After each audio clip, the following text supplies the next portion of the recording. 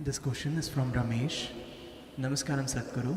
After inner engineering around 3 years ago, anger has almost disappeared from my life. Other day I heard you mention that Sadhguru Sri Brahma was so intense that he was always angry. Since that day I have this question in my mind. Am I not intense enough? And are there other people who lose their temper? Are they more intense than me?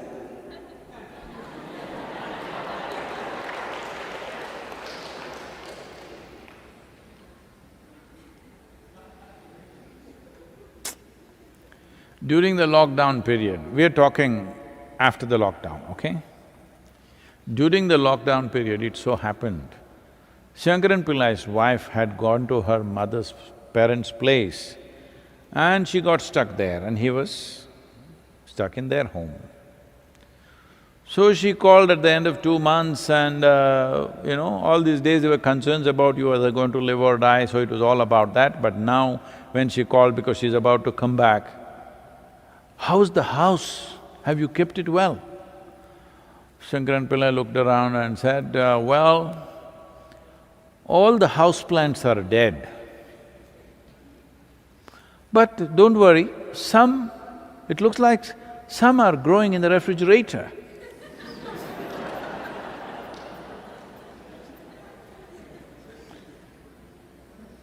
So, my anger went away and it's nice, but Sadhguru Sri Brahma was angry.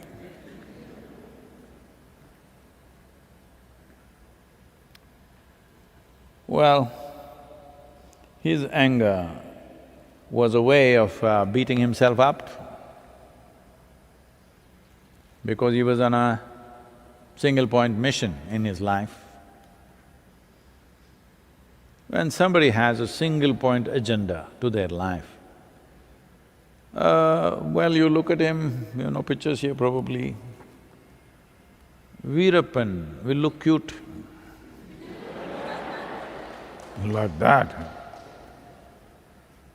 Hope… these days I don't know who is doing this. Definitely I don't think it's from the foundation, but somebody has access to these things and they're putting out all my pictures before Dhyanalinga consecration, where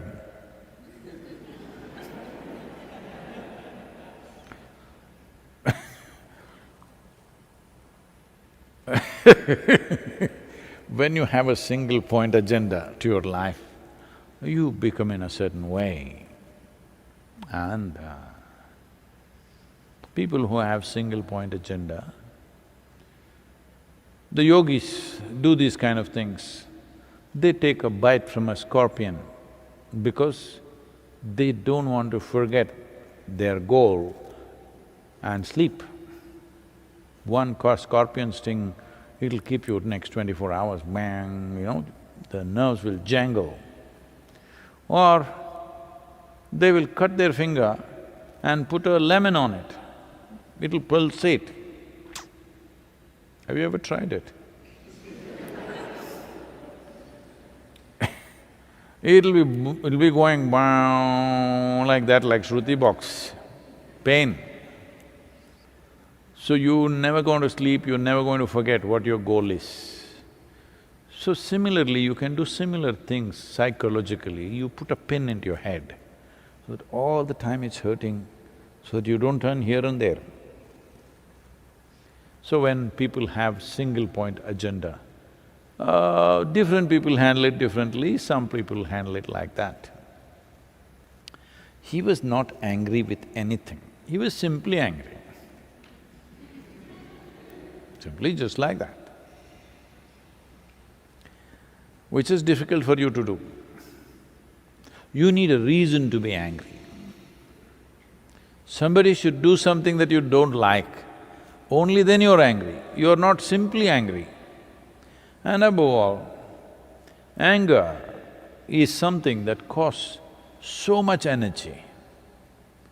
Most human beings cannot be angry intensely for more than 2 minutes. They will dissipate. Intense level, they may maintain rancor, they may maintain resentment. See, whenever you've been angry, just see it's just few seconds or maybe a minute. After that, you only maintain resentment. Resentment is sim, anger in sim. It's like a slow poison. Anger is full poison. To stay that way all the time without getting killed is not easy. So this is a certain kind of sadhana. This is coming from a culture which was bred because of an extraordinary situation. Because Adiyogi himself, when he came to Velangiri Hills, he was angry with himself. Because he failed. He's not somebody who likes to fail. He's not used to failure. So when he failed, he was just angry. It took him 3.5 months to cool down a bit. Because of that, he left certain kind of energies and he bred a certain type of yogis who took to the same thing because their sidekicks, whatever Shiva does, do the same thing.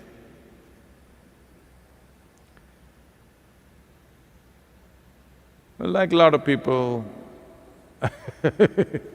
because they saw Shiva ash-smeared, they're also head to toe ash-smeared. Because he looked intoxicated and they couldn't get it, so they started smoking. They're just cute.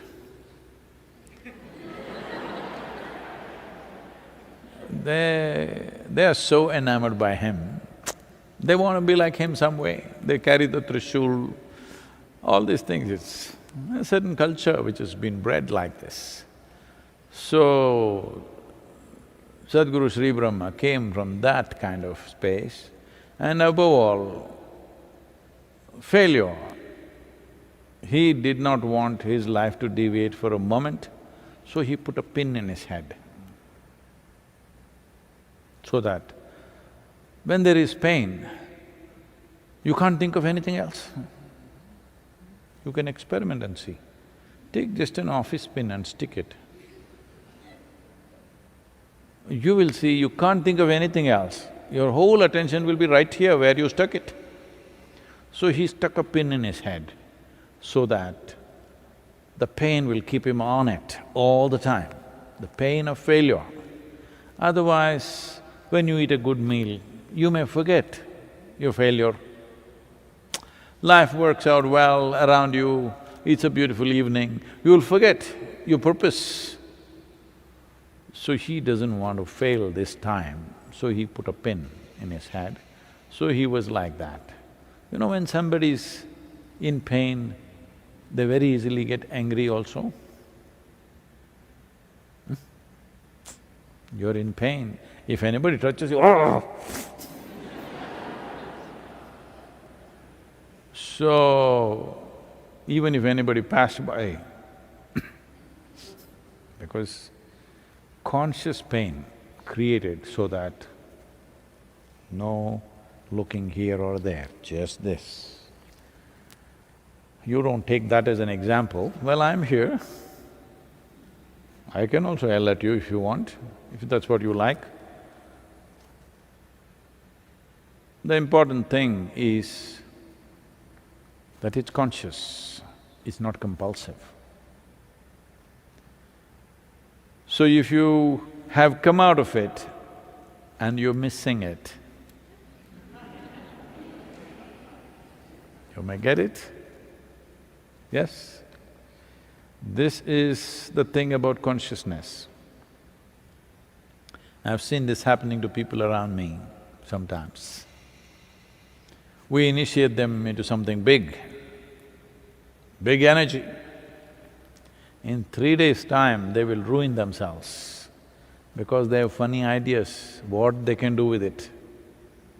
The moment they feel little like this, they think, we can heal this guy, we can do that, we can manipulate this, that. In 3 days' time, they are totally messed up. Unfortunately, I've seen a few incidents like that, but I must tell you another one, a classic one. Well, there was a girl who had a very serious asthmatic condition. That kind where every 2 weeks she's in hospital for 2 to 3 days, just simply not able to breathe. Probably most healthy people won't understand what is asthma.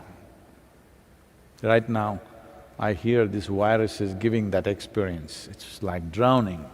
Your breath is going away, but it doesn't go away. It's like through the night, it'll wreck the body. Today there are all kinds of, cortisones and steroids and things, so people are finding relief. Otherwise, if you had seen asthmatic patients 30, 40 years ago, oh my God, I've seen some extreme ones. It'll just go on for hours.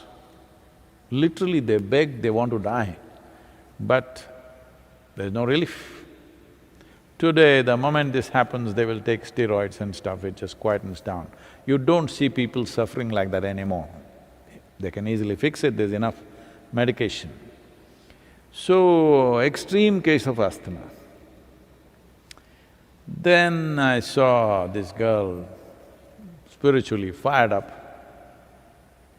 but body not supporting. Then I stepped out of my line and did something with her. Asthma went away. About a year and a half later, she's sharing in a program and she says, I was an asthmatic like this from my childhood and I suffered so much, but now it's gone, last 1.5 years, it's wonderful. And then she says, I'm almost missing it. I was sitting there, I said, what? You're missing it? Well, she got it that night. That's how life is. So don't ask for things of that kind. Keeping your vision on one thing that you want is important because as you get empowered in terms of human consciousness, it's very important that you keep the steering wheel straight. Once you have a vehicle which is powered up, big time, if you look here, you'll go and crash there. If you look there, you'll go and crash there. It's better you be a stationary vehicle, as most people are.